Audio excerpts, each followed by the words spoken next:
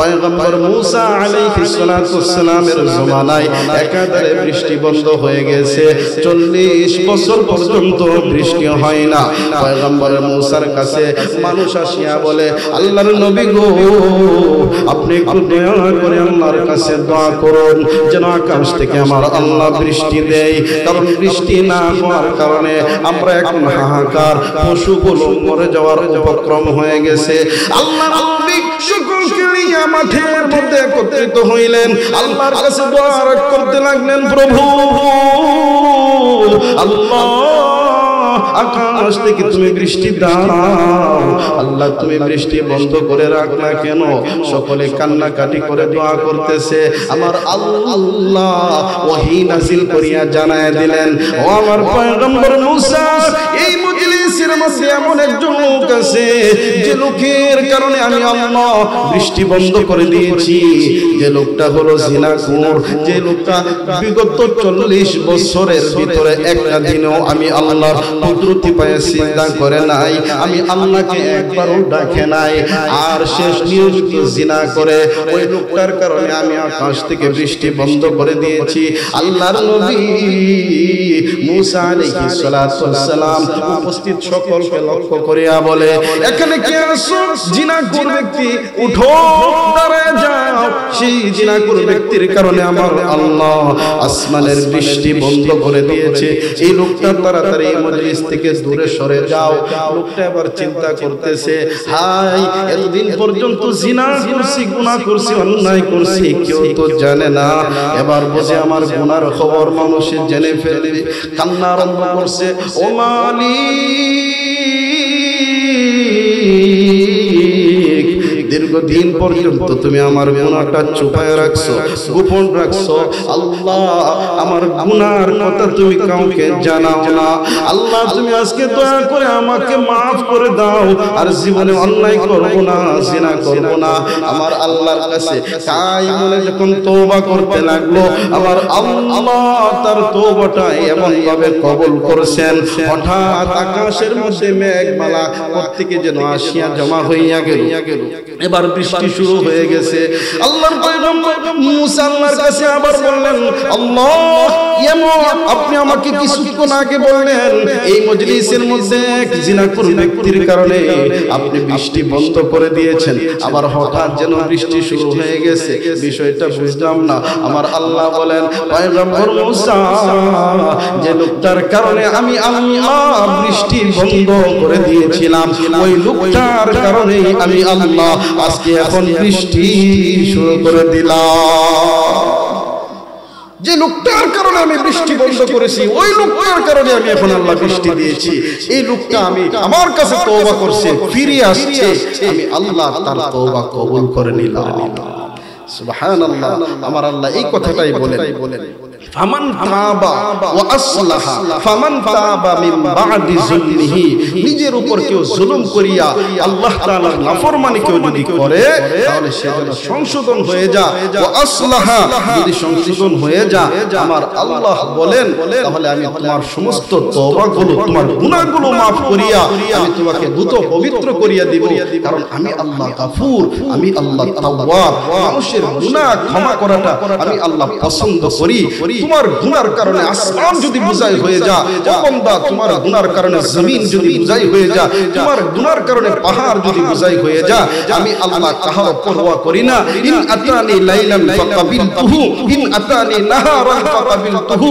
দিনে যদি আমি আল্লাহর কাছে তওবা চাও, রাতেও যদি আমি আল্লাহর কাছে তওবা চাও, আমি আল্লাহ সদা তোমার সামনে আমার কুদরতি হাত প্রসারিত করে রাখছি। যখন আসবে তোমার তওবা আমি আল্লাহ কবুল করব। কোন সুবহানাল্লাহ। লা উবালি, আমি কাহার পরোয়া করি না।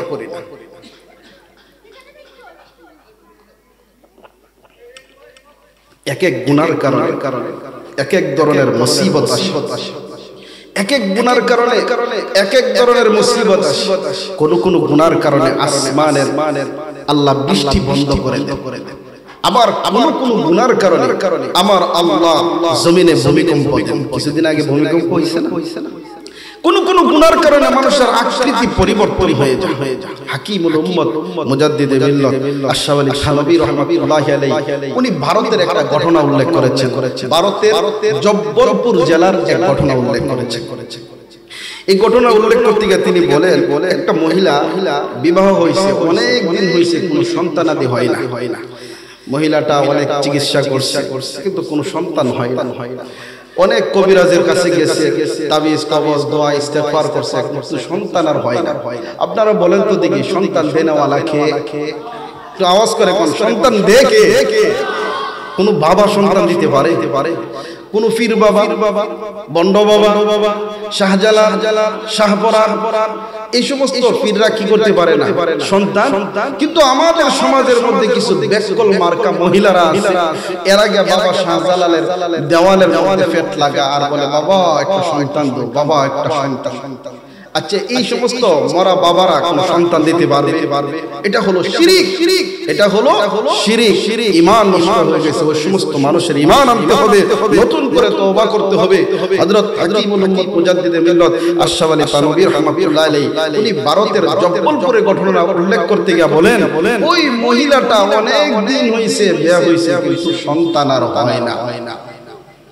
চিকিৎসা করাইছে, সন্তান নাই, অনেক তাবিজ কবজ করছে, কোনো সন্তান হয় না। হাকিমুল উম্মত বলেন হঠাৎ একদিন দীর্ঘদিন পরে এই মহিলাটা গ্রামের এক মেলার মধ্যে গেছে।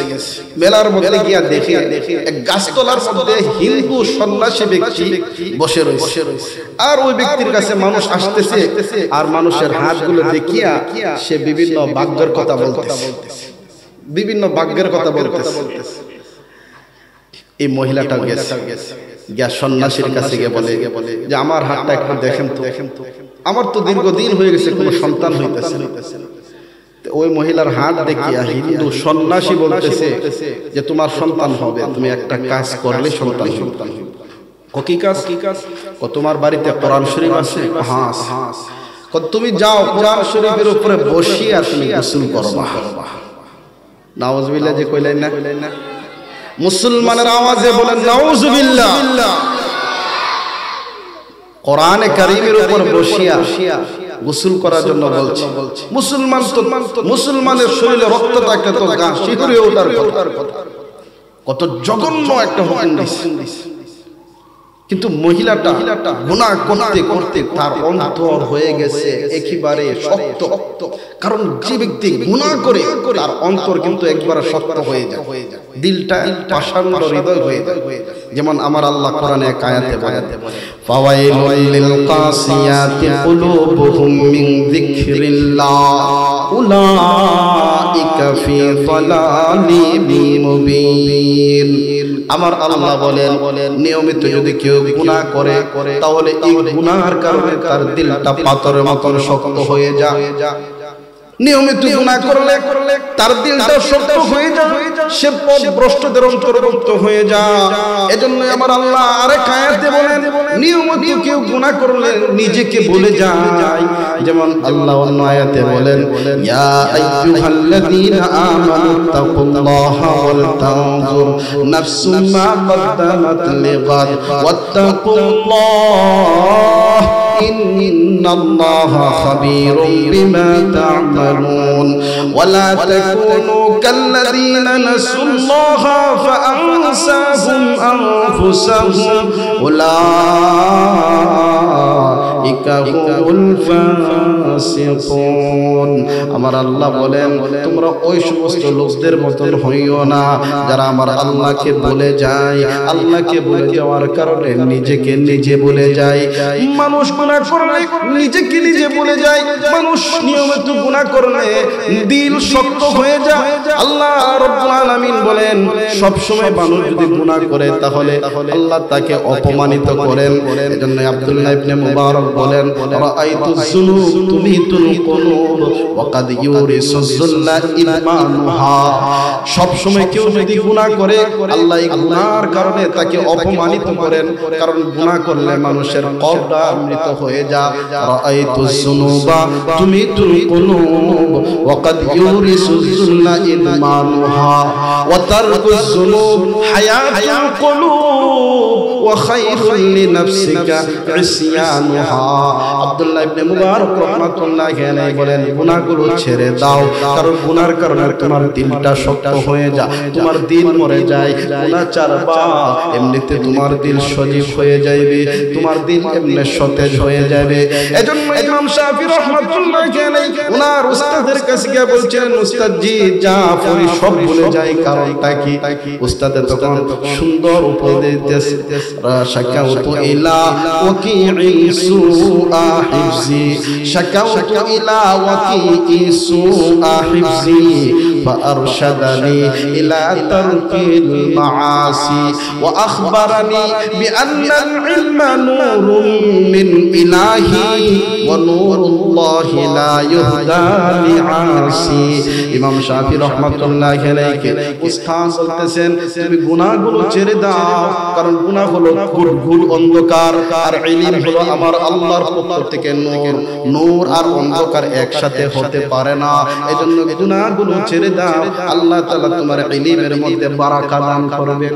এজন্য আব্দুল্লাহ ইবনে মাসউদ রাদিয়াল্লাহু আনহু চমৎকার করে বলেন, ইন্নী লা আহসিবু আন্না আর-রাজুলা ইয়ানসাল ইলমা কাদ আলিমাহু বিযানবি ইউসিবুহু। আব্দুল্লাহ ইবনে মাসউদ রাদিয়াল্লাহু তাআলা আনহু বলেন, যিনি ছিলেন সাহাবায়ে কেরামের মধ্যে সবচেয়ে বড় ফকিহ, সবচেয়ে বড় মুফতি, আল্লামা আব্দুল্লাহ ইবনে মাসউদ বলেন, আমি ধারণা করি মানুষের গুনার কারণে মানুষ জানা ইলম ভুলে যায়, মানুষ যেটা জানে সেটাও ভুলে যায়। অনেক সময় দেখবেন আপনার নলেজও আছে কিন্তু বলতে পারতেছেন না, ভুলে গেছেন। এর কারণ হলো মানুষের গুনার কারণে। মানুষের গুনার কারণে মেধাগুলো নষ্ট হয়ে যায়, মানুষের গুনার কারণে জানা ইলম ভুলে যায়। এজন্য ইমাম আবু হানিফা রাহমাতুল্লাহি আলাইহি সব সময় তিনি বলতেন, ইমাম আবু হানিফা রাহমাতুল্লাহি আলাইহি মাসাইল যখন গবেষণা করতেন, হঠাৎ কোনো মাসলার মধ্যে যখন খটকা লেগে যাইত, তখন ওনার সাথীদেরকে বলতেন, ইদা আশকালাত আলাইহি মাসআলাতুন ক্বালা লি আসহাবিহি আহাদা ইল্লা লিযানবিন আহদাসতুহু। যখন এই মাসলার মধ্যে খটকা লেগে যেত, তিনি বলতেন, আমার গুনার কারণে এই মাসলার সমাধান হতে পারতেছে, আমার গুনার কারণে এই মাসলা আমি সমাধান করতে পারতেছি। অথচ জগৎ বিখ্যাত ইমাম আবু হানিফা রাহমাতুল্লাহি আলাইহি নিজেকে কত ছোট মনে করে নিজের গুনাহগুলো তিনি স্বীকার করতেন। আর এখন সমাজের মধ্যে এমনও আল্লাহ ওয়ালা বাইজিদ বুস্তামি, জুনায়েদ বাগদাদিরা আছে, যারা বললে হুজুর নামাজ পড়ি না, কি হইছে? নামাজ না পড়লো ঈমান ঠিক আছে, নামাজ পড়া না বললে কি আছে? ঈমান ঠিক আছে। কত বড় জুনায়েদ বাগদাদি দেখেন, নামাজ পড়ে না, তার বলে ঈমান ঠিক আছে। হুজুর নামাজটা পড়ি না, এছাড়া আলহামদুলিল্লাহ কেউরে আমি ঠগাই না, কাউর আমি আমানতের মাল খেয়ানত করি না, আমি বিশ্বাসঘাতকতা করি না। আরে মিয়া, তুমি নামাজ পড়ো না, তাহলে তুমি তো সবচেয়ে বড় খেয়ানতকারী। কারণ যে ব্যক্তি নামাজ পড়ে না তার কাছে আল্লাহর আমানত, যার কাছে 24টা ঘন্টা প্রতিদিন যার কাছে খেয়ানত হইতেছে, তুমি মানুষের আমানত কিভাবে ঠিক রাখতে পারবা? তুমি তো আমার হাদিস, আমার রাসূলের হাদিসের ভাষ্য অনুযায়ী তুমি আমানতের খেয়ানত কথা কোন ঠিক না ঠিক? আব্দুল্লাহ ইবনে মুবারক বলেন, হযরত ইমাম আবু হানিফা রাহমাতুল্লাহি আলাইহি বলেন, যখনই ওনার কাছে কোনো মাসআলা হটকা লাগতো, সাথীদেরকে বলতেন, আহাদা ইল্লা লিযানবিন আহদাসতুহু, আমার গুনার কারণে এই মাসলাটা সমাধান করতে পারতেছি না, আমি হটকা খেয়েছি। তিনি আফসোস করতেন, ওয়াকানা ইস্তাগফিরু ওয়া রুব্বামা কামা সাল্লা ফাতানকাশিফু লাহুল মাসআলা, তখন তিনি ইস্তিগফার শুরু করে দিতেন, বারবার ইস্তিগফার করতেন, আর নিজেকে আফসোস করতেন, দাঁড়ায় যাইতেন, মাঝে মাঝে তিনি নামাজ পড়তেন। আর যখন মাসআলার সমাধান হয়ে যাইত, তখন তিনি খুশিতে বলতেন, ইয়াকুলু রাজাউতু আন্নি তিবা আলাইয়া, আলহামদুলিল্লাহ, আমার আল্লাহ আমার তওবা কবুল করছে, এজন্য আমার মাথার মধ্যে মাসআলাটা সমাধান দিয়ে দিয়েছে। সুবহানাল্লাহ কইলে আল্লাহু আকবার। গুনাহ মানুষকে, গুনাহ এত বড় নিকৃষ্ট জিনিস, এমন একটা বিষ, যে বিষের কারণে, গুনার কারণে মানুষের জ্বালা ইনি ভুলে যায়, গুনার কারণে মানুষ নিজেকে নিজে ভুলে যায়, গুনার কারণে মানুষের কলব শক্ত হয়ে যায়, একবারে হৃদয়টা পাথরের মতো হয়ে যায়। জব্বলপুরের যে ঘটনা বলছিলাম, মহিলাটাকে বলল সন্ন্যাসী যে তুমি কোরআন শরীফের বসে তুমি গোসল করবা, কিন্তু গোসল করবা বলছে, কত বড় জঘন্য একটা কথা বলছে, হিন্দু সন্ন্যাসী মহিলাটার ভিতরটার মধ্যে কাঁপলো না, অন্তরটা একটু কষ্ট পাইল না, সে খুশিতে বলতেছে অনেক দিন পরে একটা আলহামদুলিল্লাহ সুযোগ পাইছি, সমাধান পাইছি।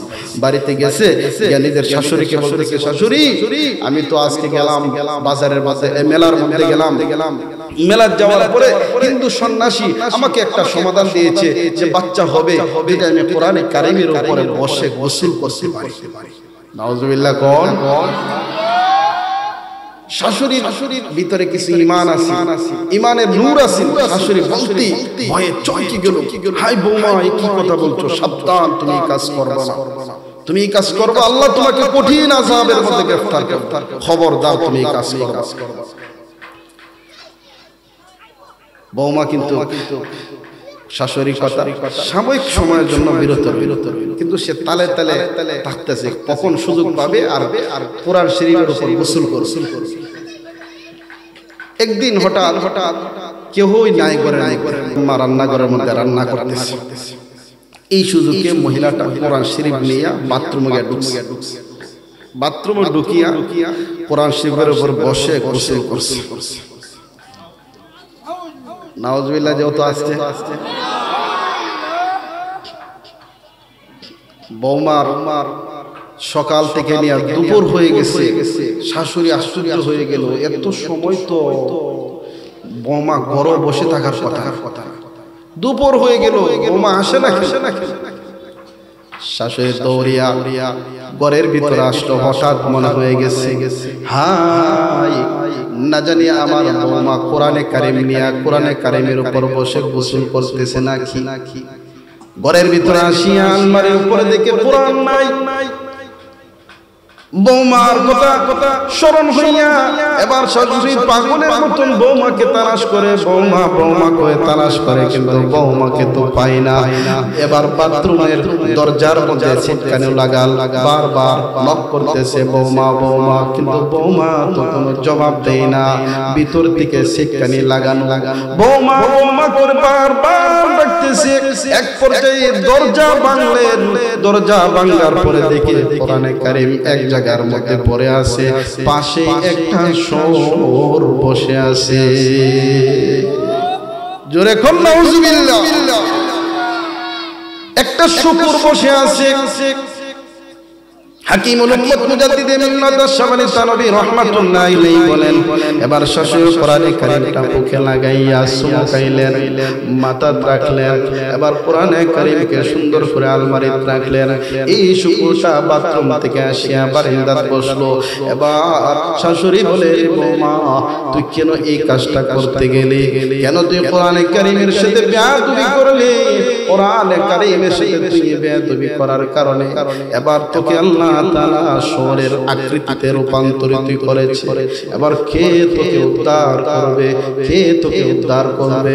কিন্তু বৌমার চেহারা তো আকৃতি পরিবর্তন হয়ে গেছে। আমার কোরআনের সাথে বেয়াদবি করার কারণে চেহারা তো আগের চেহারা নাই, মানুষের চেহারা রূপান্তরিত হইয়া শুকুরের চেহারা হয়ে গেছে। এবার জবান নাড়ায় কথা বলতে পারে না, চোখ থেকে শুধু ঝর্ণার মতন পানি ছাড়তেছে। কিছুক্ষণ পরেই তখন তার ছেলে বাড়িতে আসলো। ছেলেতে বাড়িতে আসার পর মাকে ডাকতে বলে, আম্মা শুয়োর একটা বসা বারান্দার মধ্যে, তুমি কি দেখো না? মা বলেছে, বাবা ও বাবা এটা শুয়োর না, এর মধ্যে একটা হৃদয় বিদারক ঘটনা আছে। মা হৃদয় বিদারক ঘটনা কি? মা তখন বলতে চাচ্ছেন না, বারবার শেষে পিরাপিরি করার পর ছেলের পিরাপিরিতে মা এবার বলতেছে, রে বাবা আমার বৌমা এক গ্রামে গিয়েছিল, এক গ্রামে যাওয়ার পরে মেলাতে যাওয়ার পরে সন্ন্যাসী বলছিল কোরআনে কারিমের উপর বসে গোসল করলে নাকি সন্তান হবে। ওই সন্ন্যাসী দেওয়া প্রেসক্রিপশনে সে গোসল করেছে। আল্লাহ তাআলার গজব চলে আসছে, তার চেহারা বিবর্ণ হইয়া বিকৃত হইয়া সে শুয়োর হয়ে গেছে। যেই মাত্র এই কথা শুনছে, এবার স্বামী বন্দুক বার করলো, আলমারি থেকে বন্দুক বার করিয়া তাকে তাক করছে, তাকে হত্যা করে দিবে। মা বলতেছে, বলতেছে বাবা আমার আল্লাহ যে শাস্তি দিয়েছেন এর চেয়ে বড় আর শাস্তি হতে পারে না, বন্দুক দিয়ে তুমি মারিও না। মা ছেলের হাত থেকে বন্দুকটা নিয়ে নিয়েছে, এবার ছেলে ওই সুরকে তাড়ায় দিয়েছে। হাকিমুল উম্মত মুজাদ্দিদে মিল্লাত আশরাফ আলী থানভী রাহমাতুল্লাহি আলাইহি বলেন সুরটা তখন জঙ্গলের মধ্যে তাড়ায় দিয়েছে, পুরাটা জঙ্গলের মধ্যে একদিন দুই দিন নয় 3 দিন পর্যন্ত পুরাটা জঙ্গলের মধ্যে চটপট করতে করতে মারা গেছে। এজন্য এবার আল্লাহ বলেন যাহারাল ফাসাদু ফিল বাররি ওয়াল বাহর বিমা কাসাবাত আইদিন নাস লিইয়ুযীকুহুম বা'দাল্লাযী আমিলু লা'আল্লাহুম ইয়ারজিউন। আমার আল্লাহ বলেন জমিনের মধ্যে যত বিপর্যয় হয়, স্থলে জলে যত ধরনের বিপর্যয় হয়, যত ধরনের মুসিবত আসে, যত ধরনের অঘটন ঘটে, সব হলো মানুষের হাতের কামাই, মানুষের হাতের মানুষের কৃতকর্মের কারণ। আল্লাহ রাব্বুল আলামিন মানুষের ওই কৃতকর্মের কারণে লিইয়ুযীকুহুম বা'দাল্লাযী আমিলু, মাঝে মাঝে তিনি একটু স্বাদ আস্বাদন করানোর জন্য মাঝে মাঝে কিছু মুসিবত দেন, মাঝে মাঝে তিনি কিছু পাহাড় গুনারা দেন, জমিনের মধ্যে কিছু ভূমিকম্প সৃষ্টি করে দেন, মাঝে মাঝে আমার আল্লাহ জালেম বাদশাগুলো চাপায় দেন।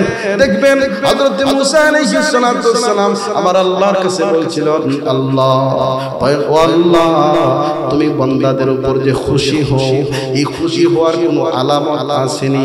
আমার আল্লাহ বলেন হ্যাঁ হ্যাঁ খুশি হওয়ার আলামত আছে। 1 নম্বর আলামত হলো আমি যখন আমার বান্দাদের উপর খুশি হই তখন আমি আল্লাহ তাদেরকে জালিম বাদশা চাপায় দেই না, আমি আল্লাহ তাদেরকে আল্লাহওয়ালা বাদশা চাপায় দেই।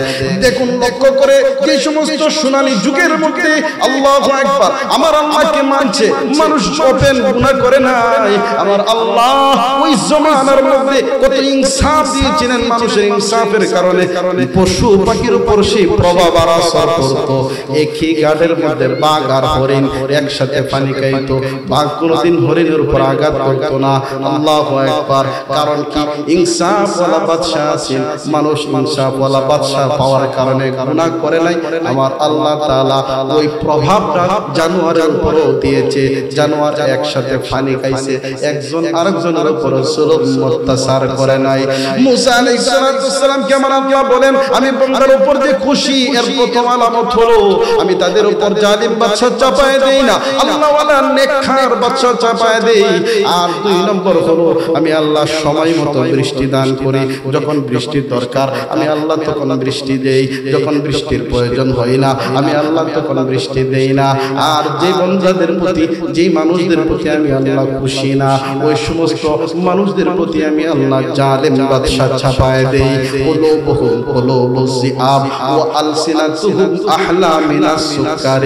তাদের অন্তরটা থাকে ক্ষুধার্ত বাঘের ন্যায়, মিষ্টি মিষ্টি কথা বলে, কথাগুলো কিন্তু দেখা যায় আবার মধুর চেয়েও মিঠা, কিন্তু অন্তরটা হলো বাঘের মতন। বাঘ যেমন পিপাসার্ত, বাঘ যেমন মানুষের রক্ত পান করার জন্য অস্থির হয়ে যায়, ওই সমস্ত জালিম দাও মানুষের উপর জুলুম করার জন্য অস্থির হয়ে যায়। আল্লাহু আকবার। এজন্যই আল্লাহ বলেন ইস্তাগফিরু রাব্বাকুম ইন্নাহু কানা গাফফারা ইউরসিলিস সামাআ আলাইকুম মিদরারা। আল্লাহ বলেন আমি আল্লাহর কাছে তওবা করো, ইস্তিগফার করো, আমি আল্লাহর কাছে ইস্তিগফার যদি করো আমি আল্লাহ আকাশের বৃষ্টি বন্ধ করব না, আকাশের বৃষ্টি তোমাদের জন্য জারি করে দিব। রব্বুল আলামিন গুনার কারণে মানুষকে বিভিন্ন মুসিবতের মধ্যে ফেলে। এজন্য হাকিম মুহাম্মদ মুজাদ্দিদে মিল্লাত আশরাফ আলী থানভী রাহমাতুল্লাহি আলাইহি বলেন মানুষের উপর মুসিবত আসে 3টা কারণে। 1 নম্বর কারণ হলো গুনাহের কারণে, 2 নম্বর কারণ হলো মাঝে মাঝে আমার আল্লাহ তাআলা বান্দাদেরকে পরীক্ষা করেন। কি করেন? পরীক্ষা করেন। আল্লাহ পরীক্ষার কারণে মাঝে মাঝে বান্দাদের উপর মুসিবত দেন।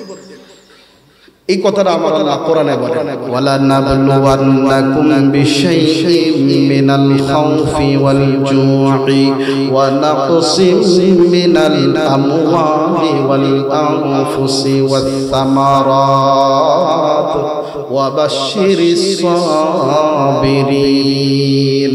আমার আল্লাহ বলেন মাঝে মাঝে আমি তোমাদেরকে একটু পরীক্ষা করি, পরীক্ষা স্বরূপ তোমাদেরকে আমি মুসিবত দিই।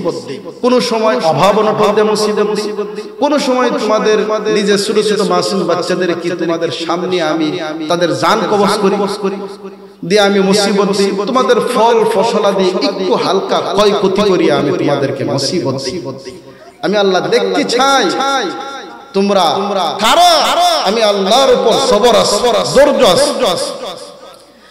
এক নম্বর মুসিবত আসার কারণ হলো গুনাহের কারণে। দুই নম্বর মুসিবত আসার কারণ হলো আল্লাহ তাআলা মাঝে মাঝে বান্দাদেরকে পরীক্ষা করে। আল্লাহ তাআলা মাঝে মাঝে বান্দাদেরকে পরীক্ষা করে, পরীক্ষা যদি উত্তীর্ণ হয়ে যায় আল্লাহ তখন শেষ আয়াতে বলেন, শেষ অংশে বলেন ওয়াবাশশিরিস সাবিরিন, তখন ধৈর্যশীলদেরকে আপনি সুসংবাদ দেন, তাদের আমি মান মর্যাদা বাড়ায় দিই। সুবহানাল্লাহ।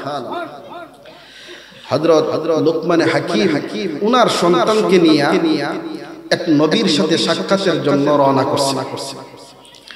নবীর সাথে সাক্ষাতে রওনা করছেন। রাস্তার মধ্যে মরুভূমি, বিশাল মরুভূমির মধ্যে হঠাৎ ছেলে এক হাড্ডির মধ্যে ফাড়া দেওয়ার সাথে সাথে হাড্ডির মধ্যে ফাড়া দেওয়ার লগে লগে পা বেদ করিয়া হাড্ডি পার উপর দিয়ে বাইরে গেছে। রক্ত, প্রচন্ড রক্ত।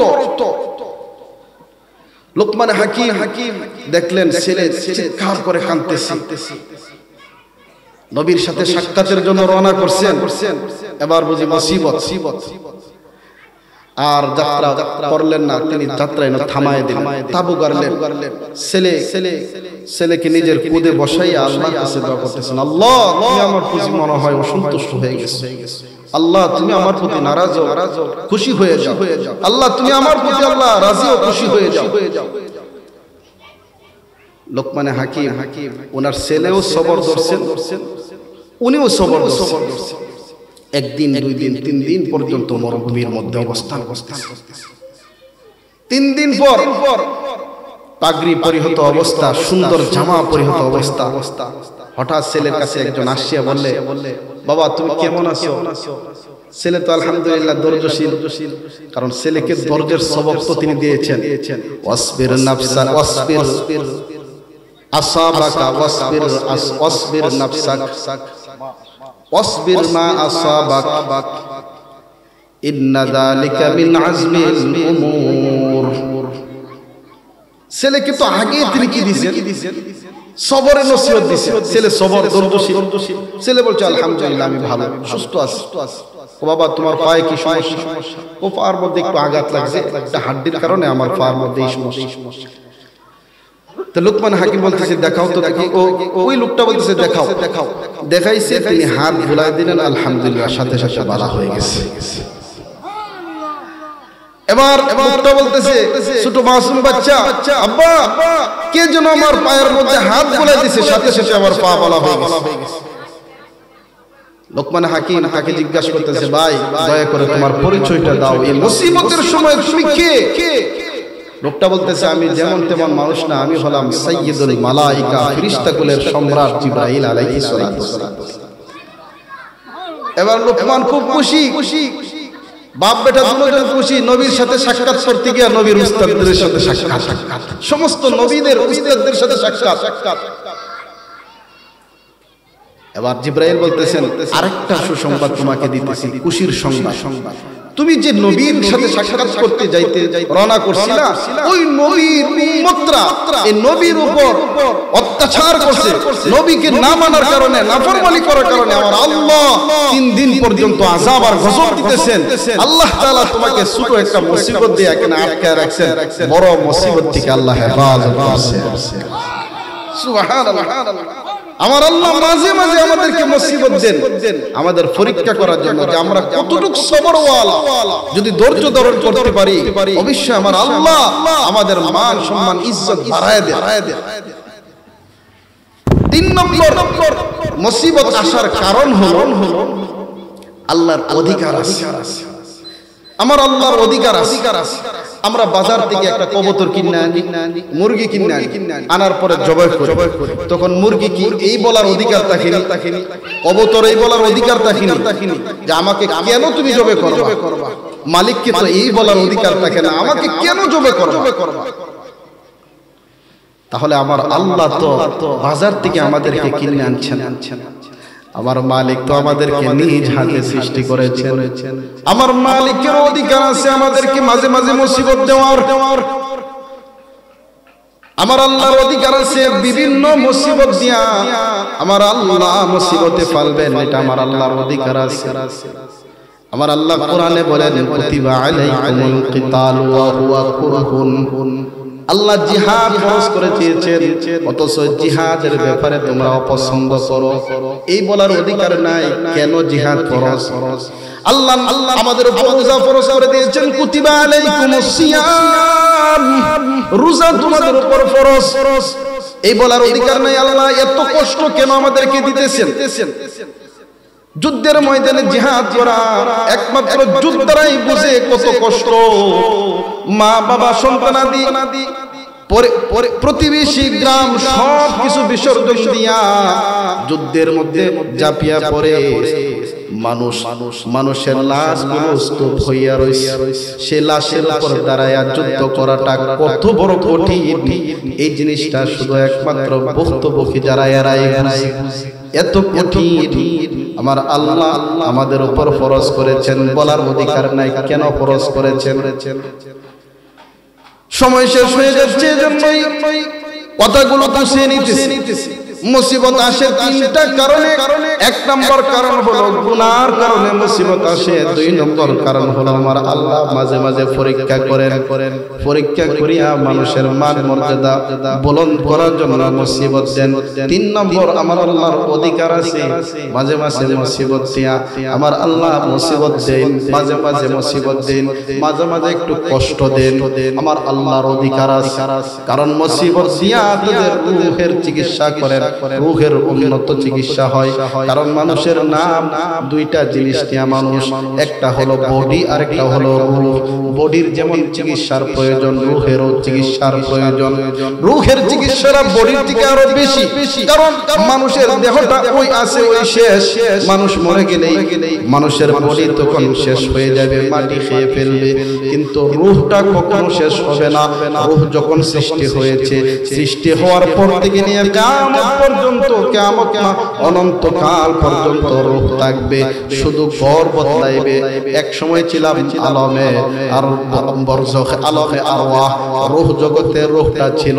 এরপরে রূহটা চলে আসে মার পেটের মধ্যে, আবার ঘর বদলাইয়া রূহটা চলে আসে দুনিয়ার জগতে, আবার রূহটা ঘর বদলাইয়া চলে যাবে আলমে বরজখে, আবার ঘর বদলাইয়া চলে যাবে আলমে আখিরাতে। রূহের কিন্তু মৃত্যু নাই। এজন্য দেহের চিকিৎসা থেকে রূহের চিকিৎসাটা হলো গুরুত্ব।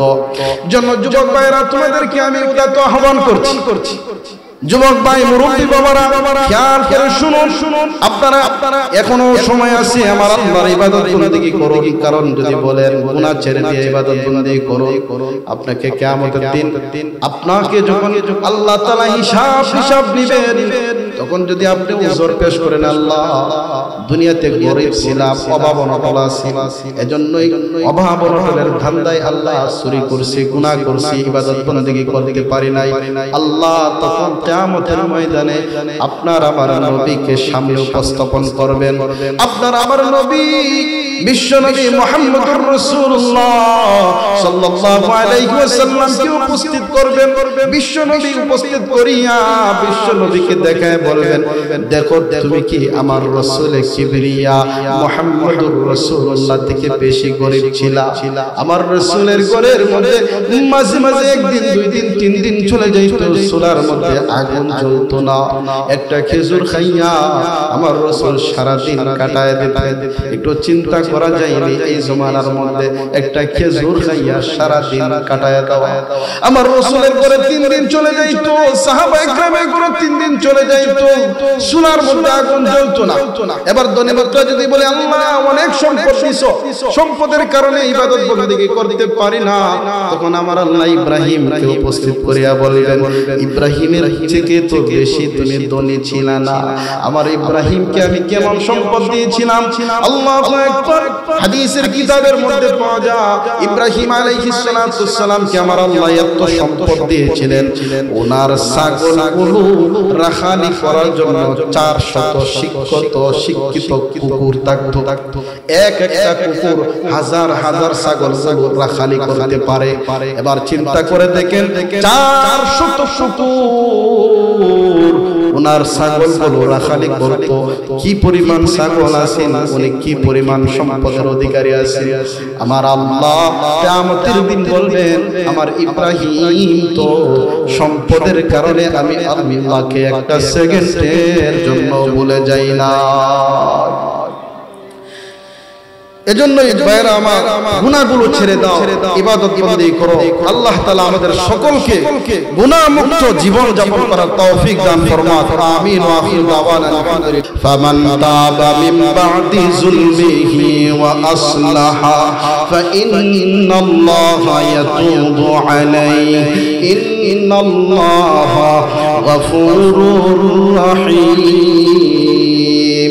আমার আল্লাহ বলেন নফসের দুকাই পড়িয়া শয়তানের ওয়াসওয়াসায় পড়িয়া কোন গুনাহ করেছো, নিজের নফসের উপর জুলুম করেছো, আমি আল্লাহর কাছে তওবা করো, ওয়া আসলাহা সংশোধন হয়ে যাও, আমি আল্লাহ তোমার तमाम জিন্দেগীর গুনাহ খাতা maaf করে দিব। গুনাহ যদি আপনি না সরান, গুনাহ না সরিয়া নিজের মুসিবতগুলো যদি সরাইতে থাকেন, নিজের মুসিবত সরানোর জন্য হাজার হাজার চেষ্টা করেন, মুসিবত কিন্তু দূর হবে না, মুসিবত তো দূর হবে না, বরং মুসিবত আপনার দিকে ধেয়ে আসবে। এক একটা গুনার কারণে এক একটা মুসিবত আসে, এক এক গুনার কারণে এক এক ধরনের মুসিবত আসে। এমন গুনাহ আছে যে গুনার কারণে আকাশ থেকে বৃষ্টি আল্লাহ বন্ধ করে দেন, এমন গুনাহ আছে যে গুনার কারণে মানুষের চেহারা আকৃতি বিবর্ণ করে দেয়, মানুষের আকৃতি পরিবর্তন হয়ে যায়। এমন গুনাহ আছে যে গুনার কারণে মানুষের মধ্যে বেশি বেশি ভূমিকম্প হয়। এমন গুনাহ আছে যে গুনার কারণে মানুষের রিজিকগুলো বন্ধ হয়ে যায়। এজন্যই তাফসীরের কিতাবের মধ্যে উল্লেখ করা হয়েছে